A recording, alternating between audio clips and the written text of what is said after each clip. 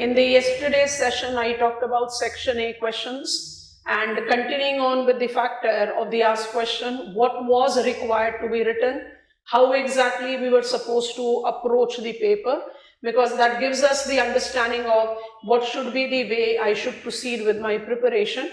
So it definitely helps us to have an overview of the nature of the questions that have been asked and what are the sources that I have been referring. Is my understanding and comprehension of the topic sufficient enough? Was I in the position of interlinking the facts? Because जब आप human geography की बात करते हो, जो हमारा section B है paper 1 का, वहां पर जो क्वेश्चंस हैं वो ज्यादा रिलेटिविटी में होते हैं और रिलेटिविटी वाले क्वेश्चंस को आपको इंटरलिंक करने का कैपेसिटी चाहिए.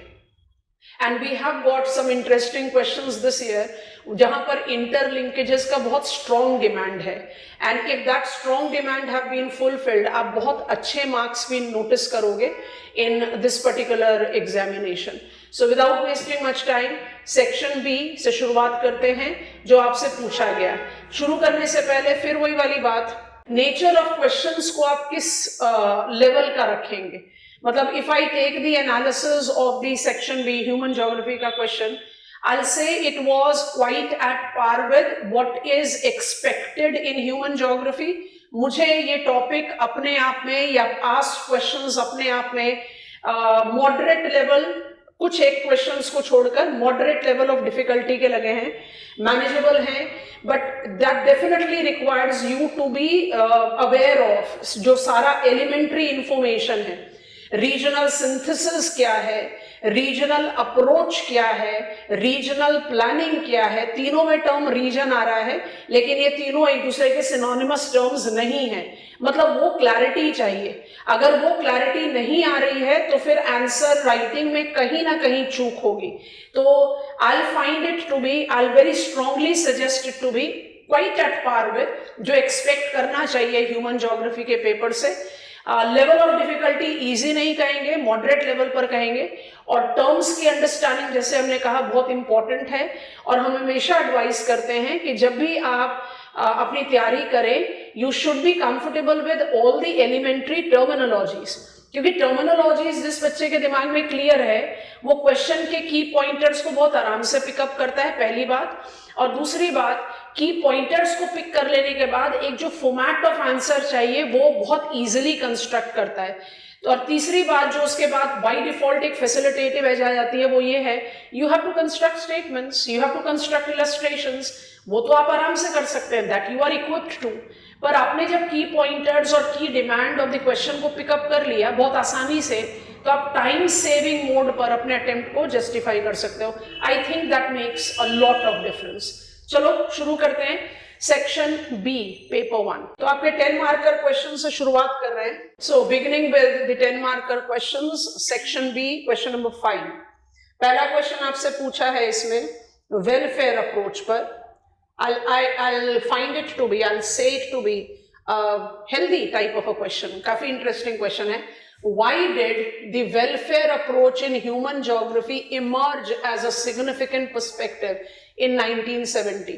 क्वेश्चन का की पॉइंटर है why did, ये नहीं है what is welfare approach. तो आपका फोकस ऑफ आंसर राइटिंग किस पर रहेगा? आपका फोकस ऑफ राइटिंग रहेगा वियतनामीज वॉर, आपका फोकस ऑफ राइटिंग रहेगा economic slow down and strong laying off. जो इकोनॉमिक स्लो डाउन हुआ कैपिटलिस्ट वर्ल्ड में और जो जॉब कट हुए, that has to be taken up with grass root retaliation. और एक बहुत इंपॉर्टेंट चीज, why did welfare? Because when we started with post behaviour revolution, post behaviour revolution के बहुत सारे नाम हैं. Critical revolution, I started as a critical philosophy, humanism,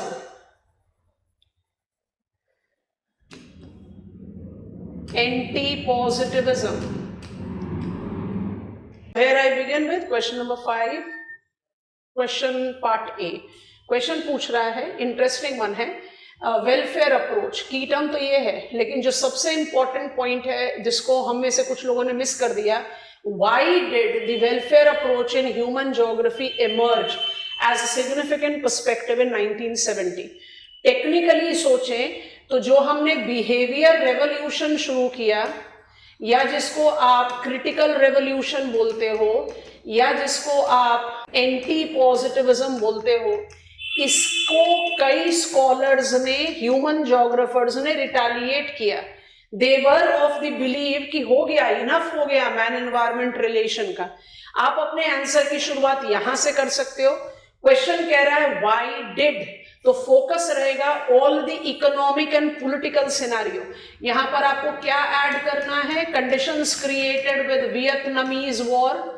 Vietnamese war, इतना आप वर्ल्ड हिस्ट्री पढ़ते हो, आपको बहुत अच्छी तरह से पता है कि Vietnamese war is considered to be the first war that was broadcasted live from the battlefield. और यूनाइटेड स्टेट्स ऑफ अमेरिका का इसमें पार्टिसिपेशन अनप्रोवोक्ड था.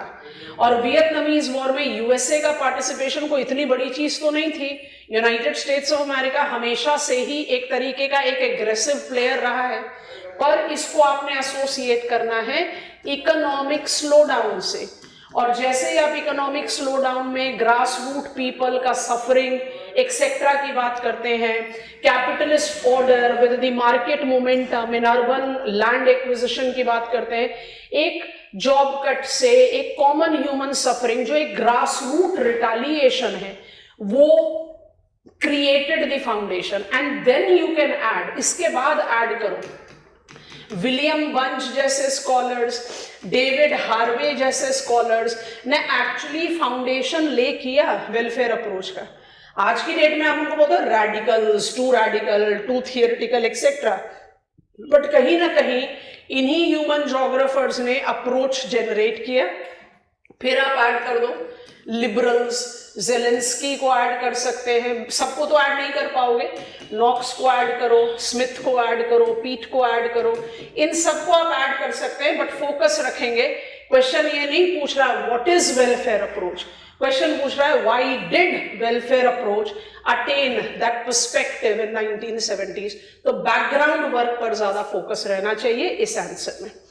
आते हैं सेकेंड क्वेश्चन में, what are the key environmental and economic challenges linked to the extraction and processing of critical mineral. Answer की शुरुआत critical mineral से ही होनी चाहिए. What are critical minerals, criticality इनके साथ क्यों एसोसिएटेड है. पेपर 1 में लिख रहे हो तो क्रिटिकल मिनरल्स की लिस्ट एज पर इंडिया नहीं लिखना चाहिए, but we have 30+ critical minerals. Sampling दो इनका. Majority of the critical minerals का जो एक्सट्रैक्शन लोकेशन है वो ecologically and environmentally fragile location कहे जाते हैं.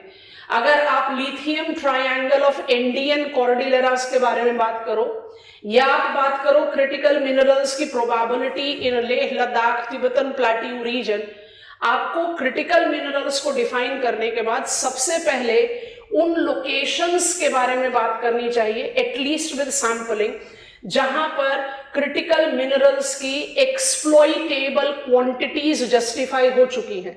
Once you do that, you are in the position of easily justifying कौन कौन से एनवायरमेंटल चैलेंजेस होंगे. इकोनॉमिक चैलेंजेस तो लार्जली एसोसिएटेड है चाइना के डोमिनेंस से. आप जब क्रिटिकलिटी ऑफ मिनरल्स की बात करते हो तो एक उसका criticality by default strategic and Chinese prominence से भी है ना. तो जब आप एनवायरमेंटल चैलेंजेस की बात करके इकोनॉमिक परव्यू लेते हो तो डेफिनेशन ऑफ क्रिटिकलिटी को लिंकअप कर सकते हो. एक्सट्रैक्शन एंड प्रोसेसिंग, मेरे ख्याल से environmental concern in extraction, environmental concern in processing, economic constraint और challenges in processing and extraction, आपको दोनों चीजों को कंबाइन करके लिखना चाहिए. Another frame that you can create is कि आप प्रोसेसिंग एंड एक्सट्रैक्शन को दो अलग अलग पॉइंटर्स बनाओ. After giving recognition to what are critical minerals, how many categories are there, what justify them to be critical, उसके बाद what are the dimensions that I associate with environmental concern in its processing extraction, economic concern in its processing extraction. या जैसा हम कह रहे थे divide कर दो, एक्सट्रैक्शन का एक कॉलम क्रिएट करो, एनवायरमेंट इकोनॉमिक दे दो, और प्रोसेसिंग का एक क्रिएट करके एनवायरमेंट इकोनॉमिक दे दो. This is how you should frame up the answer to this. Critical minerals पिछले कुछ सालों में जितनी प्रोमिनेंस से हमारे इकोनॉमिक सेटअप में आए हैं, उतने ही प्रोमिनेंस से हमारे क्वेश्चन पेपर में भी रिफ्लेक्ट कर रहे हैं, whether it is optional or it is general studies. And I think now it is high time कि criticality of these minerals and their utilization, their prominent location, they are very well set up in our minds. We know what we have to talk about. Location specific देना चाहिए. सारे prominent locations जैसे हमने लिखा जहां extraction have been practically mobilized या जहां पर exploitation की high probability है, उनको जज करके आप environmental और economic challenges देंगे. I think it makes an answer. Next question कह रहा है factors in internal migration are often based on perceptions rather than reality. Explain. Factors in internal migration. Internal migration is identified to be intranational. Confuse नहीं होना है term से. Internal migration can be sectoral or can be regional. Sectoral migration can be identified to be urban, rural, urban. आपको जब answer लिखना है कि perception is more regulating internal migration than reality, तो सबसे पहले तो इंटरनल माइग्रेशन क्या है और इंटरनल माइग्रेशन के डिटरमाइनर्स क्या है उसके बारे में बात करनी पड़ेगी. ये तो बाय डिफॉल्ट वाली चीज हो गई. जैसे ही आपने इस पॉइंट को डिमार्केट किया, कैटेगराइज किया, उसके बाद आप थोड़ा सा फंडामेंटल बेस ऑफ माइग्रेशन ले सकते हो. Perception was given to us by Hagerstrand, and Hagerstrand has applied this perception to be applicable both as push and pull. Push which is applicable at place of origin and pull that is applicable at destination. आपने international migration का definition दिया, उसकी categories बनाई, perceptual migratory decision में हैगरस्टैंड को रोपन किया. अब आपका आंसर बनेगा एग्जाम्पल्स पर. आपको कुछ केस स्टडीज देने पड़ेंगे. Rural urban migration is world's dominating migratory trend. ये क्यों है? Because urban areas are always identified to be perceptionally attractive. It's a fact that majority of the migrants are migrating without appointment letters in their hand, because we believe main cause of migration is economic. ये भी हमें रेवेस्टीन ने दिया है, one of the laws of रेवेस्टीन. पर जो economic cause है वो परसेप्शन है, रियलिटी नहीं है मोस्ट ऑफ द केसेस में. That is the reason when I talk about the urban places, higher the rank of urban place, it incorporate larger share of people living in deprived condition. तो आपको case studies देकर फिर अपना point prove करना पड़ेगा. यहाँ पर इस क्वेश्चन में इंटरनल फैक्टर्स और इंटरनल माइग्रेशन के फैक्टर्स को परसेप्शन के साथ रिलेट करना है, और जब एक्सप्लेनेशन आएगा तो सारे एग्जाम्पल्स आएंगे, और एग्जाम्पल्स में आप जस्टिफाई करोगे ग्लोबल पर्सपेक्टिव. इसलिए हमने कहा सबसे पहले रूरल अर्बन लिखो. Urban rural is very strongly evolving, but वो परसेप्शन पर बेस नहीं है, वो रियलिटी पर बेस रहे. Peri urban area, decongestion, quality of living, increasing life expectancy, बहुत सारी चीजों के साथ. तो क्योंकि आपने प्रूव करना है परसेप्शन, तो perception is largely rural urban, rural urban. आप इनके साथ एग्जाम्पल्स जस्टिफाई कर सकते हैं. Okay, I move further with our questions. Next question in our list reads, regional imbalances. Region पर दो क्वेश्चन आ गए इस बार हमारे पास. Regional imbalances are the product of socio-economic factors. Elucidate with examples. Regional imbalances or inequalities are the product of socio-economic, historical, political factors. हम ideally inequalities को associate करते हैं मेरी geography से, मेरी history से और मेरे political setup से. पर क्वेश्चन पूछ रहा है that it is the product of socio-economic factor. तो ये socio-economic factor relate करते हैं geography से, history से and political setup से. because societal setup is largely the combination of the location of the place, its physiography, its climate, that tends to determine not just how people live or perceive their lives, but also what kind of activities they are associated with. And this activities association is strongly influenced by political setup. Political setup जहां पर आप associate करते हैं political mileage as a contentious politics, or you take it up as a serious inclusion attempt.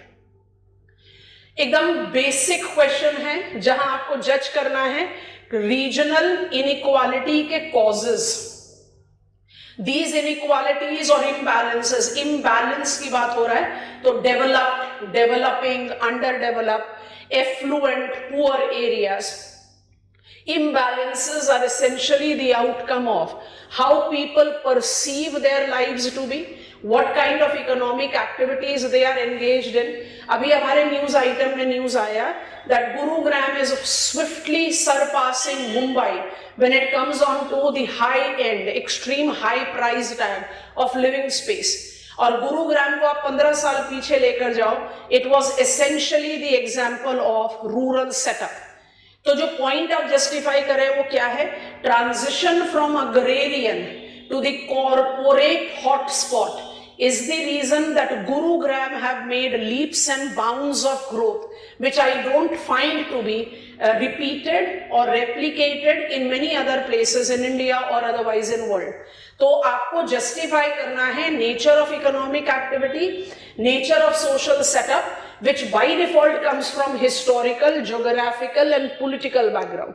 तो imbalances basically should not be taken, ये हम हमेशा बोलते हैं, imbalances को inequalities के साथ justify करना है, diversity के साथ नहीं. Diversity do not denote deprivation. Inequality deprivation के बारे में बात कर रहे हैं. इनइक्वालिटी डेप्रीवेशन के बारे में बात कर रहा है. तो आपको जस्टिफाई करना पड़ेगा the fundamental causes of regional imbalances. Why there is regional inequality? Simple question है. अच्छा, बड़ा इंटरेस्टिंग कॉम्बिनेशन दिया है. इसी क्वेश्चन के बारे में बात कर रहे थे in the beginning. Why is systems analysis important in town planning and what are its limitation? Systems analysis को हम एक मेथडोलॉजिकल टूल बोलते हैं which have been integrated in geography under quantitative tradition. इसको आसान शब्दों में कहें तो हम कहते हैं भाई सिस्टम्स एनालिसिस ना एक रेडीमेड मॉडल है जो मुझे जस्टिफाई करता है coherent unit where there are different elements और एलिमेंट्स के बीच में इंटरलिंक्स हैं जो किसी भी तरीके के हो सकते हैं. आपने एक जनरल इंट्रोडक्शन दिया सिस्टम्स एनालिसिस का, जिसको हम एसोसिएट करते हैं क्वांटिटेटिव ट्रेडिशन के मल्टीपल अप्रोचेस में, जिसमें एक सबसे इंपॉर्टेंट अप्रोच लोकेशनल एनालिसिस है. ये मुझे क्या बता रहा है? ये मुझे बता रहा है that there is an integrative ideology that goes with systems analysis. Urban areas भी एक इंटीग्रेटिव सेटअप है. अर्बन एरिया कभी भी आइसोलेशन में जस्टिफाई नहीं किया जाएगा. It's a politico cultural economic social environmental setup जहां सब चीजें एक दूसरे से इंटर रिलेटेड हैं. तो जब तक आप प्लानिंग को इंटर रिलेशन में नहीं रखोगे, you are not making it a foolproof plan. बहुत अच्छा एग्जाम्पल दिमाग में आ रहा है. Town and country planning organisation को इंडिया ने एस्टैब्लिश किया 1956 में. अगर हमने town and country planning organisation की शुरुआत 56 में ही कर दी थी तो टाउन प्रॉब्लम इंडिया में इतना जाइगेंटिक रूप में कैसे आ गया 1990s में? Because we never took systems approach. हम एक आइसोलेशनिस्ट अप्रोच लेकर टाउन प्लानिंग कर रहे थे. और वो आइसोलेशनिस्ट अप्रोच क्या था कि हमने टाउन प्लानिंग को रूरल डेवलपमेंट से अलूफ रखा. 1970s में जब अपने IRDP शुरू किया, इंटीग्रेटेड रूरल डेवलपमेंट प्रोग्राम, और नेशनल अर्बनाइजेशन पॉलिसी, आप ऑफिशियल डेटा देखिए 1981 onwards tempo of urbanisation started easing in India. तो आपने पहले पार्ट ऑफ आंसर में सिस्टम्स का एक जनरल ब्रीफ देना है, फिर बताना है कि टाउन जो है वो इंटीग्रेटिव सिस्टम, और ये इंटीग्रेटिव सिस्टम अपने प्लानिंग के लिए इंटीग्रेटिव अप्रोच चाहता है. You have to take up everything together. और यहां पर ले लो सपोर्ट एक स्मार्ट सिटीज का. जब हम स्मार्टनेस ऑफ सिटी बोलते हैं तो क्या हम integrative approach of mobility, affordability, renewables, technology सबके बारे में बात कर रहे हैं ना. तो systems analysis in town planning integrated. Second part of the question कह रहा है what are its limitation. Limitation होगा that it is more giving us theoretical, it is giving us more what is identified as setup, static, something which is static in its dimension, which precisely may lack in practicality, or it may not be picking up that dynamic factors that associate with town planning. समझ में आ रहा है? तो आपको pros and cons दोनों लिखना है और इंटीग्रेट करना है. तो सिस्टम्स एनालिसिस को town planning, of course urban planning लिखा है यहाँ, हम नॉर्मली टर्म टाउन प्लानिंग इस्तेमाल करते हैं इसलिए बार बार हम वही शब्द का इस्तेमाल करते जा रहे हैं. लिखा है यहाँ पर अर्बन प्लानिंग है. आप सिस्टम्स को टाउन अर्बन के कैरेक्टरिस्टिक्स से इंटर रिलेट कीजिए. सिस्टम्स अप्रोच कहता है सब कुछ टुगेदर है, तो टाउन प्लानिंग भी सब कुछ टुगेदर ही लेता है. This is how I can integrate. Of course her town, her urban area की प्रॉब्लम जो है वो अपने आप में कुछ यूनिक है. सो कई बार सिस्टम्स अप्रोच या town planning approaches do not give me that practicality. और दूसरा, टाउन और urban characteristics is ever evolving. Town and urban problem is ever evolving. तो उसका जो प्लानिंग प्रोसेस होगा उसको भी एवर इवॉल्विंग होना चाहिए. वहां पर फिर सिस्टम्स अप्रोच थोड़ा सा फ्लैट करे पड़ेगा. ऐसे करके आंसर लिखेंगे. ओके, अब चले हम 20 मार्क के क्वेश्चन में. How have dichotomy, division of discipline into two, and dualism, parallel running ideologies affected the methodological development of geography. Describe. Methodological development. Geography is defined to be a discipline that is engaged in studying man-environment relation. ये सबसे original definition of geography कह सकते हैं. Original most तो था geography is the discipline that is suppose to describe earth, बड़ा classical time में. और जब हम इसमें एड ऑन करते हैं तो हम कहते हैं no, it is not the discipline that is suppose to describe earth, it is the discipline that is suppose to describe earth as a home of humans. उसी पॉइंट पर जब हम ज्योग्राफी की डेफिनेशन की बात करते हैं तो हम कहते हैं it is man and environment relation. आप यहां से अपने आंसर की शुरुआत कीजिए. आंसर की शुरुआत करते समय डाइकोटमी और डुअलिज्म का ब्रीफ इंट्रोडक्शन जरूर देना चाहिए. लैब में बैठो तो डाइकोटमी और डुअलिज्म को आप एब्सोल्यूट सेग्रीगेट कर सकते हो, physical versus human geography, but reality में आप इनको ओवरलैप करके चलते हैं. तो आपका फर्स्ट पार्ट ऑफ आंसर हुआ definition of geography, what is dichotomy, what is dualism. आपने 30-40 वर्ड का एक बेसिक इंट्रोडक्शन क्रिएट किया. अब ये आपसे पूछ रहा है affected the methodological development of geography. Methodological development of geography is essentially associated with, मेरे ख्याल से सारे elementary dualistic tradition यहाँ पर आने चाहिए. Whether I take ideographic versus nomothetic, मेरे ये this has been for the maximum length of geographical development, है ना. When I take reference of ideographic and nomothetic, ये कोरोलॉजी एंड क्रोनोलॉजिकल डोमेन से थोड़ा सा अलग हटकर जनरलाइज्ड एंड स्पेसिफाइड डोमेन का है. हार्टशोन स्कैफर के डिबेट का है, ग्रिग बंच के डिबेट का है. तो आप इसको फोकस करो. इसके बाद आप जब मेथडोलॉजिकल डेवलपमेंट पूछ रहा है तो I will not advise you to take into reference determinism and possibilism, methodological. So after this you can take regional versus systematic, जो इसके साथ थोड़ा सा ओवरलैप कर जाएगा. इसके बाद आप मेथड में एसोसिएट कर सकते हो the approach that is identified, जैसे हमने अभी थोड़ी देर पहले कहा आपको, क्वालिटेटिव वर्सेस क्वांटिटेटिव कैसे बोलते हैं इसको? Qualitative is empirical, quantitative is theoretical, है ना? किस तरह से मेथडोलॉजिकल डेवलपमेंट दिया। तो you have to select some of the examples of dualism to justify how it has enriched geography. अब डुअलिज्म की तो लिस्ट बहुत लंबी है, pure versus applied, historical versus contemporary, time versus space which is called chronology versus chorology. आप कुछ की sampling लेकर जस्टिफाई कर सकते हो, because when it comes to time versus space तो मैक्सिमम ऑफ द स्कॉलर्स तो यही बताते हैं ना that geography is ultimately a chorological discipline.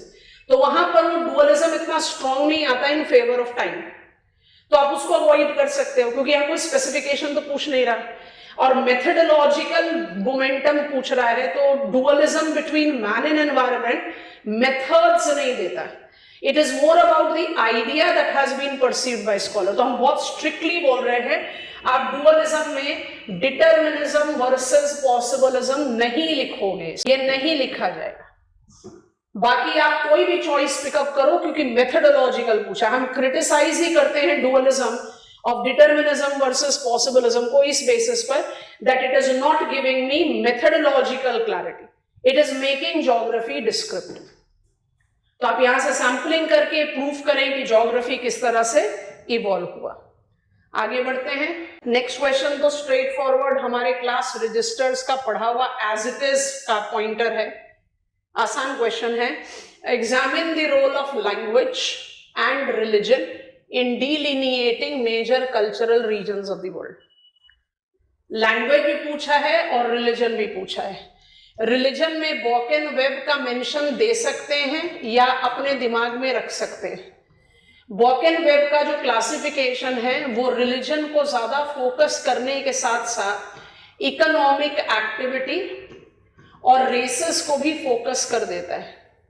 And that is where we take up into reference Christianity culture, major part of habited world cover होता है इस पर, followed on by Islamic culture.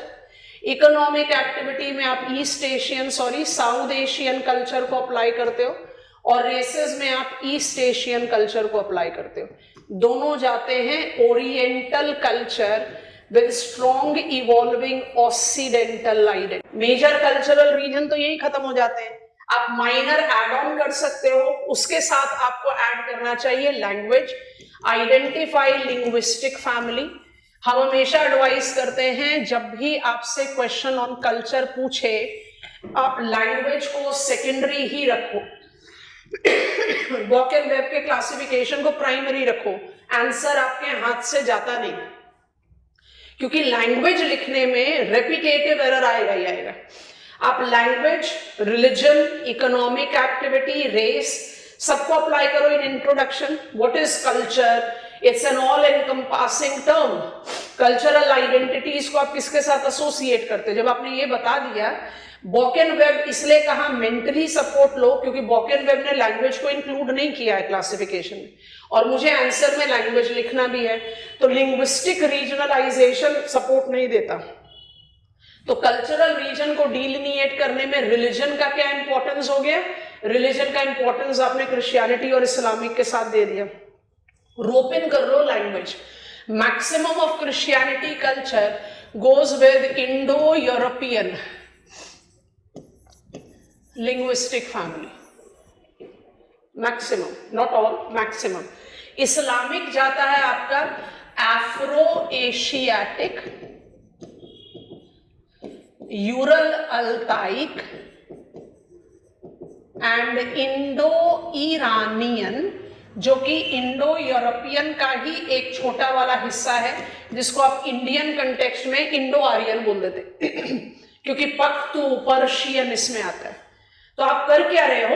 Religion as the basis of cultural regionalisation, Christianity और Islamic ले लिया, Protestant, Orthodox Christianity, Roman Catholic Christianity, हाथ, destination सब लिखा, लैंग्वेज को रोपन कर लिया क्योंकि लिंग्विस्टिक रीजन और क्रिश्चियनिटी रिलीजियस ओवरलैप करता है।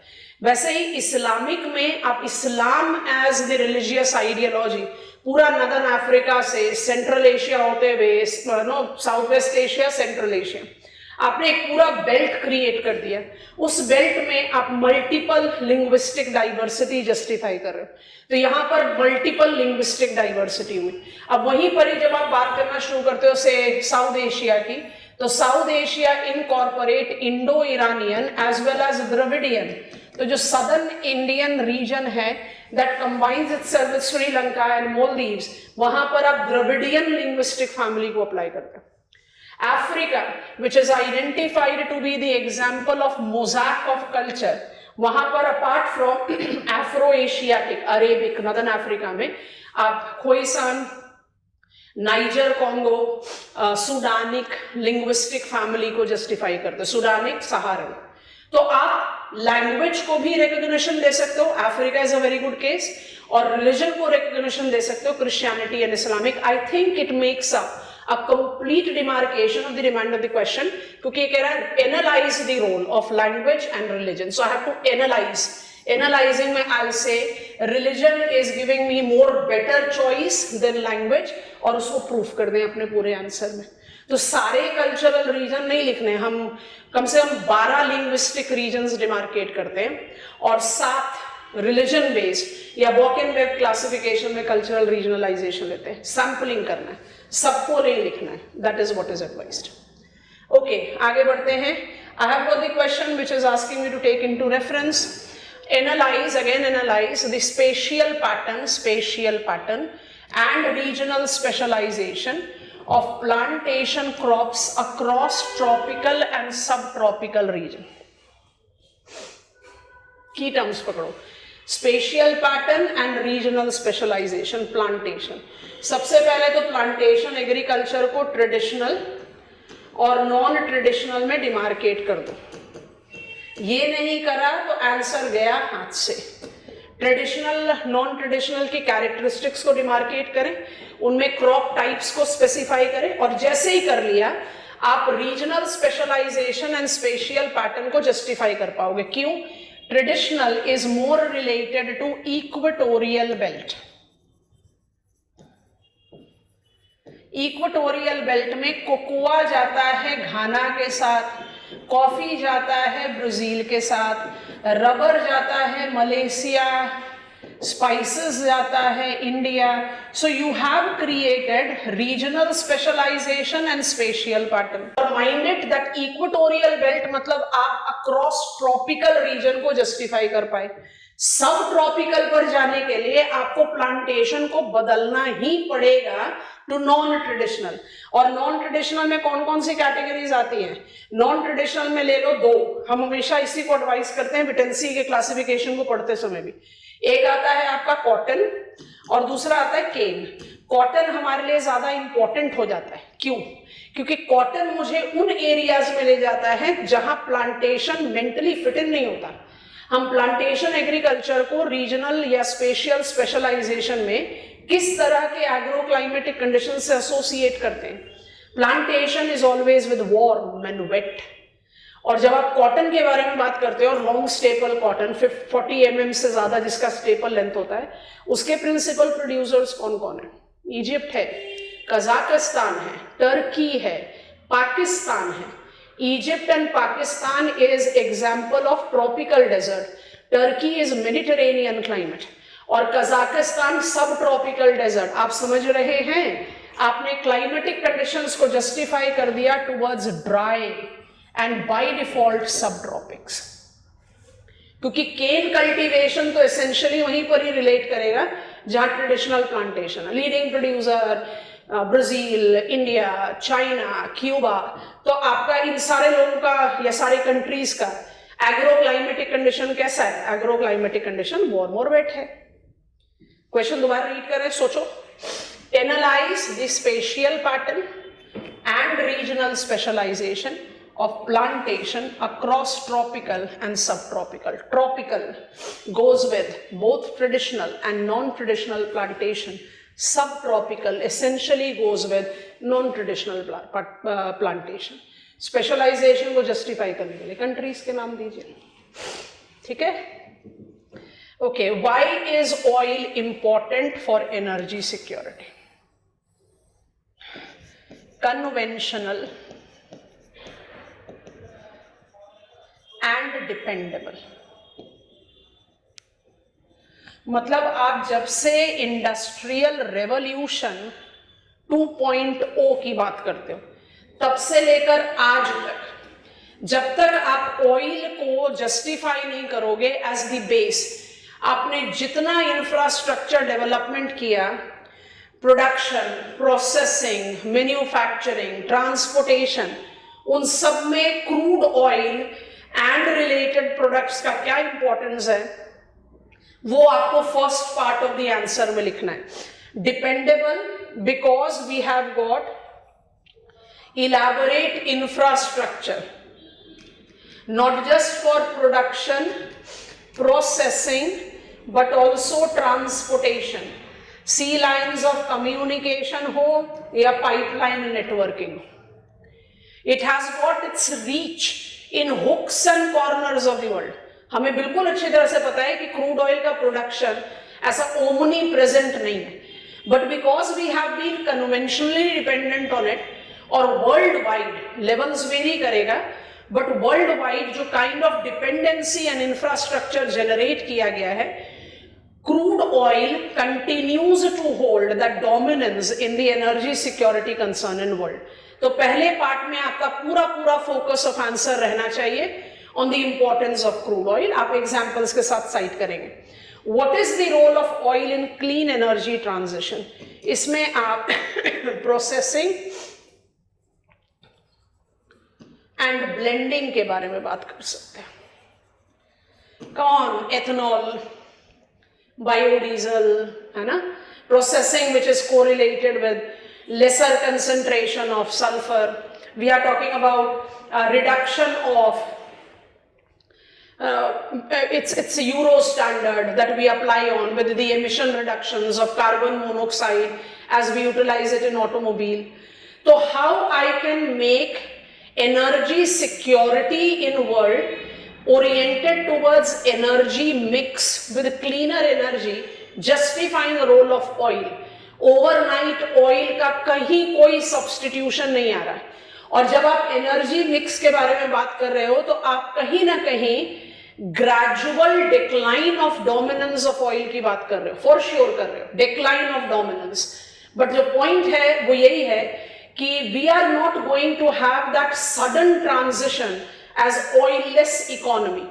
इसलिए जो second part of the question कह रहा है what is the role of oil in clean transition, इसमें ऑयल के लेवल ऑफ प्रोडक्शन, प्रोसेसिंग, जिसमें मीथेन एमिशंस को कंट्रोल करना, ऑयल स्पिल्स को कंट्रोल करना, processing that is correlated essentially oil spilling के जो डेट्रीमेंटल आउटकम है उसको आप एनलार्ज कर सकते हैं, becoming more cautious, becoming more full proof.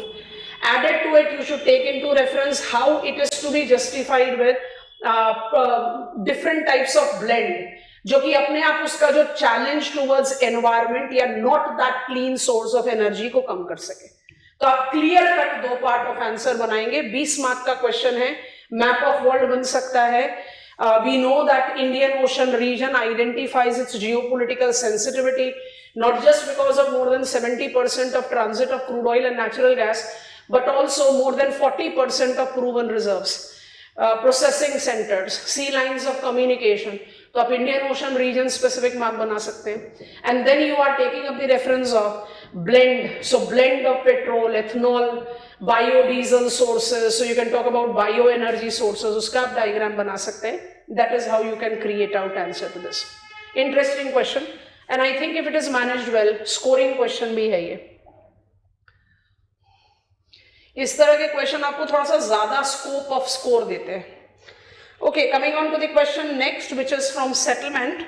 और इस क्वेश्चन में critically evaluate role of primate cities in dominating the urban sphere of influence in developing country. Critically, role of primate city, urban spheres of influence. What are primate city? Index of primacy say I should be the top ranking settlement which should have more than double the population of next ranking settlement. So I am higher hierarchical. I am higher hierarchical urban center, and this urban center by default will be having perceptional and real attractiveness. Answer A से शुरू करो. Primate city को justify करके infilling urban growth, and infilling के बाद pulsating out urban growth को justify करना पड़ेगा, जिसमें आप spontaneous outgrowth, linear outgrowth, leapfrog outgrowth सबको justify करके sphere of urban influence को justify करेंगे.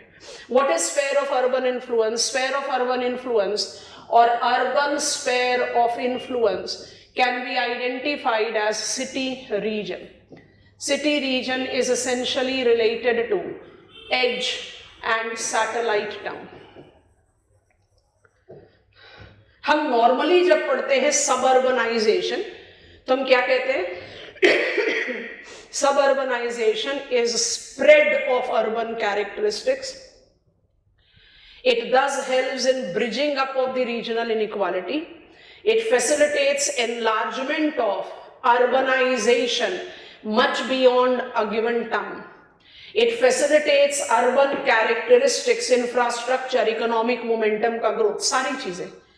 पर जिस क्वेश्चन में, जो क्वेश्चन हम अभी फ्रेम करने की कोशिश कर रहे हैं, उसमें कह रहा है क्रिटिकली इवैल्यूएट करना है in dominating the urban sphere of influence in developing country. तो जब आप इसको क्रिटिकली इवैल्यूएट करोगे तो आप क्या जस्टिफाई करोगे? It is further enlarging inequality, क्योंकि जो टॉप रैंकिंग सेटलमेंट्स है वही बस अपने around, it is not facilitating decentralization.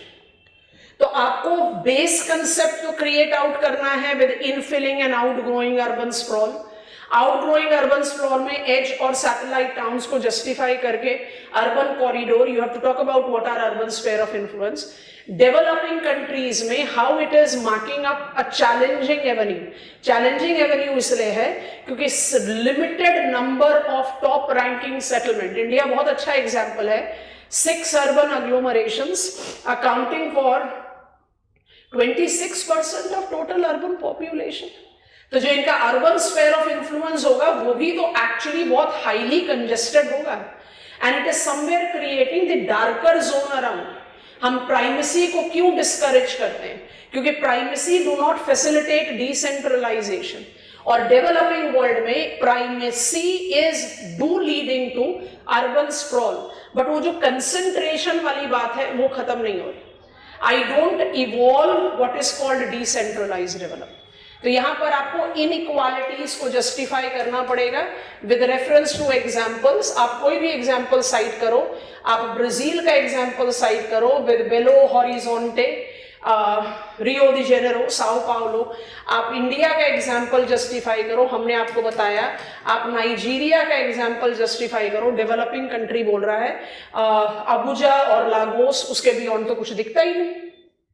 तो you have to basically justify it with the conceptual base of what is primate city, what is urban sphere of influence, and how it is leading to that concentrated growth in developing countries rather than facilitating decentralization. Okay, next question. The global demographic landscape is evolving with rapid population growth in some places and rapid aging in others. Elucidate with examples. Demographic landscape is associated with demographic cycle. Demographic cycle incorporate fertility, mortality, and total population. Different countries of the world have started their demographic cycles in different times. They are thus experiencing different stages of demographic cycle. This different stages of demographic cycle has evolved demographic landscape. African and Asian countries, African अभी भी stage 2 में है, Asian countries essentially stage 3 में है, are still having growing population. 2024 का projection हमारे पास है. 2024 का प्रोजेक्शन बहुत क्लियरली कहता है कि जितना भी we are having the projection of population growth from present 8 billion plus to touching 10 billion, जिसमें 90% ग्रोथ जो है वो Africa, sub Saharan Africa and South Asia में कन्फाइंड रहेगा, बांग्लादेश को आउट करना पड़ेगा, इंडिया और पाकिस्तान इसमें प्रोमिनेंट है। क्यों? क्योंकि भाई हमारा लैंडस्केप अभी भी growing population, we have either experienced population explosion और we are yet to experience it. तो आप लैंडस्केप को डेमोग्राफिक ट्रांजिशन मॉडल से जस्टिफाई करो। अफ्रीकन और एशियन कंट्रीज को, मेजर ऑफ एशियन, हमें बिल्कुल पता है कि जापान यहां नहीं है, साउथ कोरिया यहां नहीं है, but majority of Asian countries what we are saying. And then when we talk about aging, it is with the developed world. क्योंकि डेवलप्ड वर्ल्ड या तो आप डेवलप्ड न्यू वर्ल्ड को स्टेज 4 में लीजिए या आप यूरोपियन कंट्रीज को स्टेज 5 में लीजिए, जिसमें अब आप जापान को भी इजीली ऐड करते हो। And in stage 4 apart from USA, Canada, Australia, New Zealand, you take up reference of China, यहाँ पर साउथ कोरिया ऐड हो रहा है, so you can take up that demarcation. ठीक है, आपने इनको डिमार्केशन करके क्या कहा कि भाई पूरे वर्ल्ड वाइड में लाइफ एक्सपेक्टेंसी तो बढ़ रही है and life expectancy at birth is increasing, but aged population दस डिक्लाइनिंग थ्रेट, गेरियाट्रिक्स एज रियलिटी, वो कहां पर है? वो डेवलप्ड वर्ल्ड में। तो जैसे ही मैंने सपोर्ट ले लिया डेमोग्राफिक साइकिल का, हमने डेमोग्राफिक लैंडस्केप क्रिएट कर दिया एग्जामिनर के लिए, और उस लैंडस्केप को एक्सप्लेन करते समय दोनों पार्ट ऑफ क्वेश्चन को जस्टिफाई कर दिया। कुछ एरियाज में पॉपुलेशन अभी भी ग्रो कर रहे हैं और कुछ एरियाज में population is in the edge पर भी, एकदम ऑर्गेनाइज्ड आंसर तैयार हो जाता है। डेमोग्राफिक डेटा टेबल 2024 ही लेना चाहिए। Why Perrock's theory of growth pole as a model for regional growth have been criticized? Explain with example. Francis Perrock क्या कहते हैं? Development tends to appear at some nodes. These nodes involves variable magnitude of development. These nodes will generate growth momentum and will be spreading the growth via variable channels, और इसको उन्होंने क्या कहा? Spillover effect. Via variable channels या spillover effect, which will tend to have variable terminal effect on economy. Nutshell, development will evolve with disparity and eventually will be bridged up. Question कह रहा है why Perrock's theory as a model is criticized? तो criticized है, cause नहीं बताते जो मृडाल बताते हैं, डाइवर्सिटी नहीं बताते,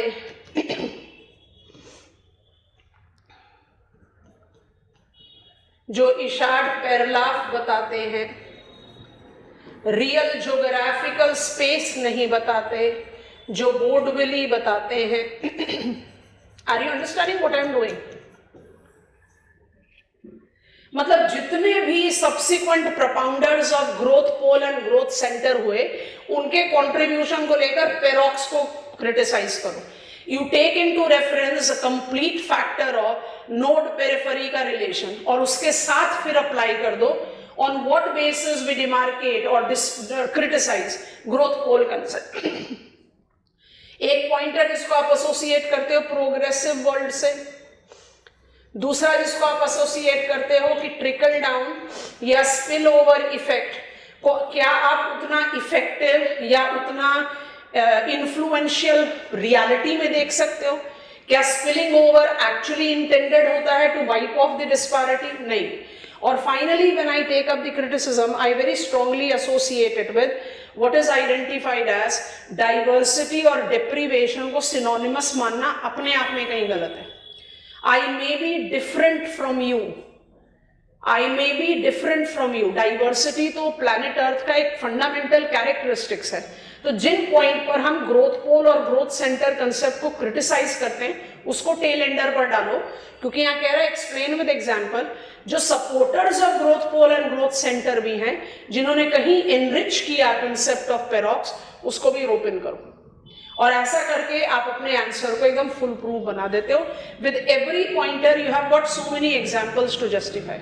propulsive industry, locational benefit, export of raw material, आप फटाफट अर्बन सेंटर, बोर्डविली का urban multiplier, backward and forward link of Hirschman, you can add every aspect. ये एक एडवाइस हम हमेशा देते हैं, आपके क्वेश्चन पेपर में चॉइस ऑफ क्वेश्चंस रहता है और आपको अपने क्वेश्चन का चॉइस पे थोड़ा इंटेलिजेंटली लेना चाहिए। जैसे अभी थोड़ी देर पहले डेमोग्राफिक लैंडस्केप में हमने डेमोग्राफिक ट्रांजिशन मॉडल का सपोर्ट लिया, तो कोशिश करनी चाहिए कि जो क्वेश्चन रिपीटेटिव एलिमेंट में है उसको अवॉइड किया जाए। जैसे analyse the role of demographic transition theory in explaining variations in fertility and mortality rate globally. क्या करोगे?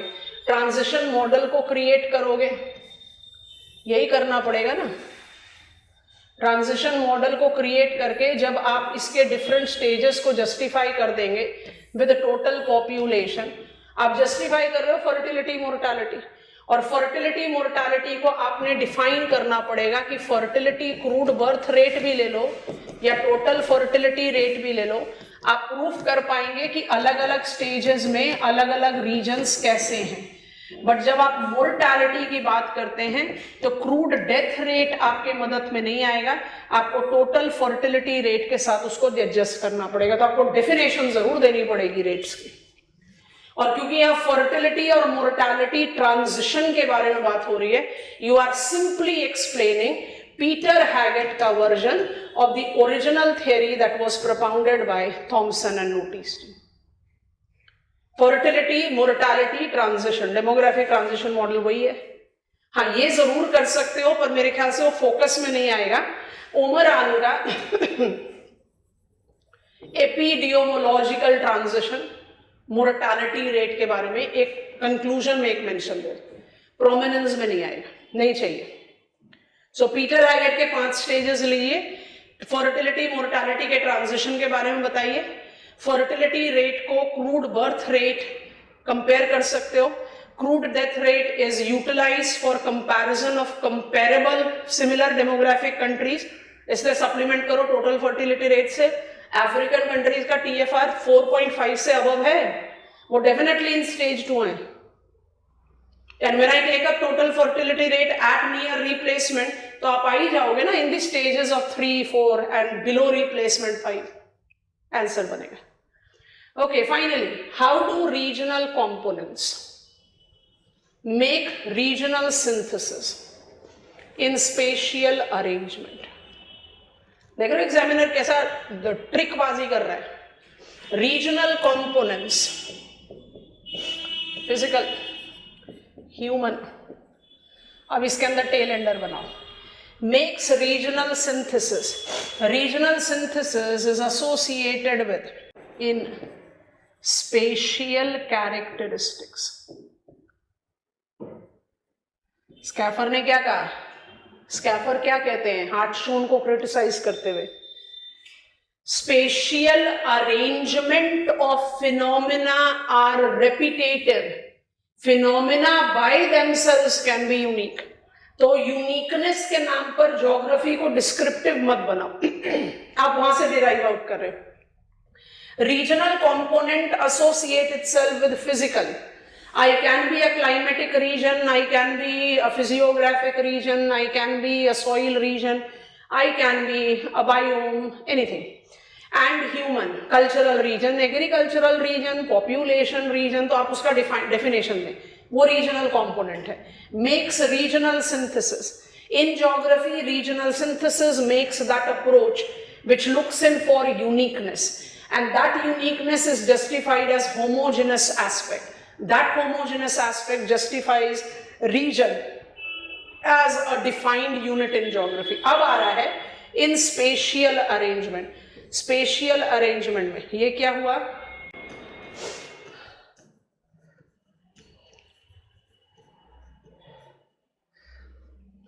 ध्यान से देखो, हमें इडियोग्राफिक पहले लिखना चाहिए था, चलो कोई बात नहीं, लिख दिया मैंने। Geography is essentially an idiographic discipline. Regional synthesis is oriented towards emphasizing on homogeneity in uniqueness. ये हुआ regional synthesis. And geography is a nomothetic discipline because we can generalize the approaches of spatial arrangement of phenomena. Plains में we always find clustered rural settlement.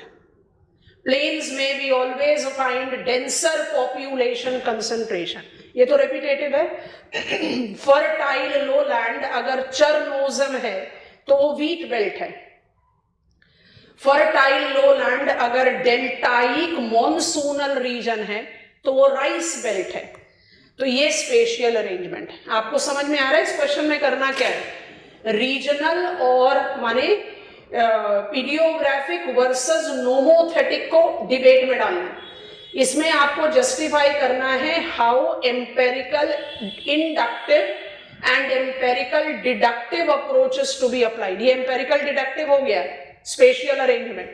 ये empirical inductive है regional synthesis. And regional components are all the elements that makes region.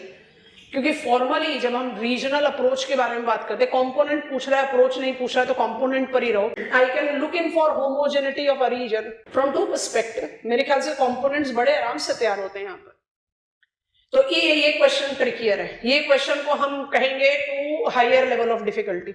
यहाँ पर आपको जो आपका mind set है ना कि आप हार्टशोन और स्कैफर में किसको सेलेक्ट करते हो, यहाँ आपको दोनों को लिखना है. क्योंकि हार्टशोन जस्टिफाई कर रहा है रीजनल सिंथेसिस और स्कैफर जस्टिफाई कर रहा है स्पेशियल अरेंजमेंट. तो थोड़ा ट्रिकियर क्वेश्चन है टू हैंड. बाकी सारे क्वेश्चन जैसे हमने शुरू में कहा मॉडरेट लेवल ऑफ डिफिकल्टी है. थोड़ा सोचना, इस सेशन को एक बार दोबारा सुनना अगर जरूरत हो तो, और थोड़ा सा अपने आप को बैठकर एक क्रिटिकल एनालिसिस देना. If you have attempted the paper and नहीं अटेम्प्ट किया तो भी नॉलेज में होना चाहिए कि ये क्वेश्चन आया, मुझे कैसे लिखना चाहिए. एक बार थोड़ा सा इसको जज करने की कोशिश करना. You all who have prepared optional बहुत आराम से अपने आप को एक फैक्ट कन्विंस कर पाओगे. आपको पता था, you had the knowledge about it. उसको फ्रेम करके और टाइम बाउंड मैनर में क्वालिटी आंसर लिखना, that possibly would be a challenge. So that is the reason I said I'll be starting the test series with the PYQs question solving, जो आपको बहुत आराम से एक सपोर्ट सिस्टम देगा कि आप किस तरीके से अपने रिविजन साइकिल को फॉलो करें ताकि वो आपको एक फुल प्रूफ अप्रोच दे पाए. पहला. और दूसरा, I'll be coming up with the session to discuss paper 2 as well. So do look in for the space for the next session of discussion. Bye bye from my side for the time being. Take care.